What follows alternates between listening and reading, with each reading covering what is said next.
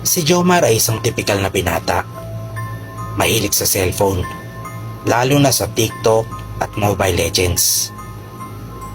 Kahit saan siya magpunta, hindi nawawala ang mata niya sa screen. Minsan nga kahit sa pagkainan, hindi siya makausap ng maayos ng kanyang ina dahil nakatutok siya sa phone. Jomar, bawasan mo yung kagagamit mo ng cellphone. Baka mapano ka. Bilin ng kanyang ina. Relax lang ma, hindi naman delikado to.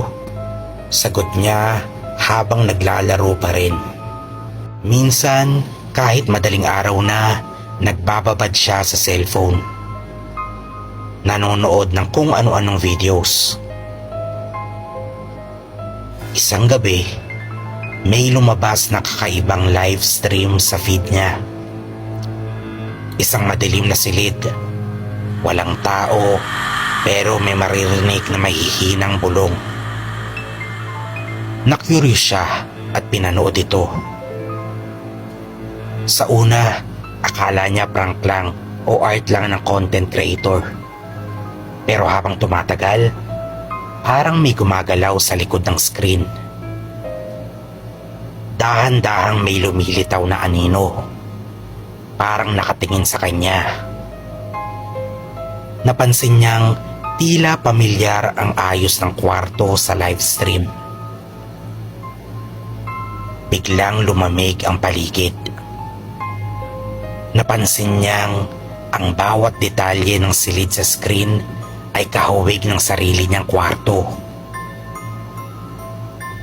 Napansin niya rin ang isang bagay na nakapwesto sa kama. Eksaktong pareho ng kumot niya. Unan niya at ang sarili niyang cellphone na hawak niya ngayon. Kaka-cellphone mo yan. Biglang lumabas na text sa screen kasabay ng pagpatay ng ilaw sa buong kwarto niya. Natigilan siya. Napalunok. Napansin niyang hindi na gumagana ang power button ng cellphone niya. Biglang bumigat ang hangin at sa screen, dahan-dahang lumitaw ang isang malabong mukha. Walang mata. Puting-puti ang balat, nakangiti ng nakakatakot. Maya-maya, napansin niyang hindi na lang ito sa screen. Nasa tabi na niya ito. At bago pa siya makasigaw, bigla na lang dumilim ang lahat. Kinabukasan, natagpuan na lang siya ng kanyang ina na nakahiga sa kama. Nakadilat ang mga mata, pero wala nang buhay.